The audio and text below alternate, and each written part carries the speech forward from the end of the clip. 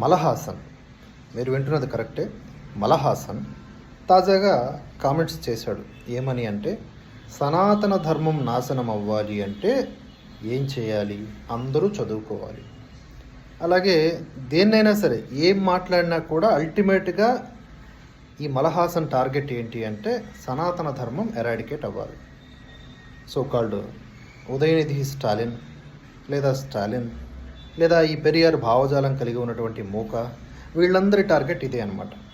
బ్రాహ్మణులు వాళ్ళకు వ్యతిరేకంగా ఒక వాదన, వాళ్ళని సెపరేట్ చేయటం, హిందువులకు వాళ్ళకి సంబంధం లేదనేలాగా దాంట్లో వాళ్ళు సక్సెస్ అయ్యారు. అలాగే మనువాదం, హిందుత్వ ఉగ్రవాదం ఇత్యాది పేర్లిట మనల్ని కన్ఫ్యూజ్ చేసి మన కళ్ళని మన వేళ్లతోనే పొడి చేసి వీళ్ళు వికృతానందం పొందుతూ ఉంటారనమాట. అందులో భాగంగా సందర్భం ఏదైనా సరే సనాతన ధర్మమే వీరి టార్గెట్. ఇంకొకడు ఉన్నాడు కదా, క్యాష్ రాజ్ కానీ మలహాసన్ కానీ లేదా ఏ పిత్రే అయినా ఎవరైనా సరే వాళ్ళ యొక్క మాటల్ని గమనిస్తే విషమే కనిపిస్తుంది.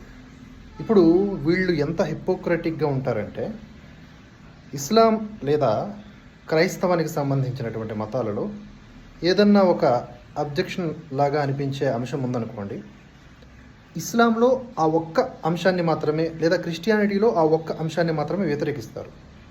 ఓవరాల్గా మతాన్ని ఏమన్నారు. సనాతన ధర్మం విషయానికి వచ్చేసరికి మొత్తం సనాతన ధర్మమే ఒక పాయింట్ ఏదన్నా సరే అబ్జెక్షనబుల్గా ఉంది అనుకుందాం వీళ్ళ మట్టి బుర్రకి, దాన్ని మాట్లాడరు. ఓవరాల్గా సనాతన ధర్మాన్ని ఎరాడికేట్ చేయాలి అంటారు. కనుక ఇటువంటి సన్నాసులు ఎంతోమంది వచ్చారు పోయారు.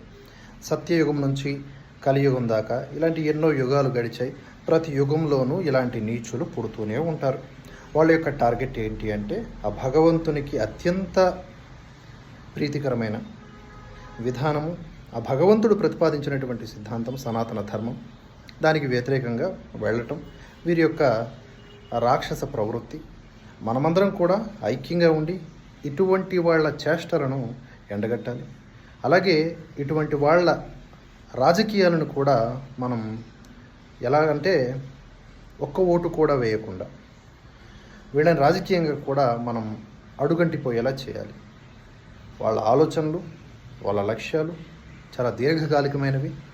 మనం కూడా అంతే స్థాయిలో ఆలోచించి వారి విషపు రాతల్ని, మాటల్ని, చేష్టల్ని, లక్ష్యాల్ని మనం ఎరాడికేట్ చేయాలి. సనాతన ధర్మాన్ని వాళ్ళు ఎరాడికేట్ చేయాలి అని ఏదైతే అన్నారో, ఎంతోమంది పుట్టారు ఇలాగే ఎరాడికేట్ చేద్దామని, చచ్చారు, కాలగర్భంలో కలిసిపోయారు. మనం ధర్మం వైపు ఉండి ఇలాంటి దురాత్ములు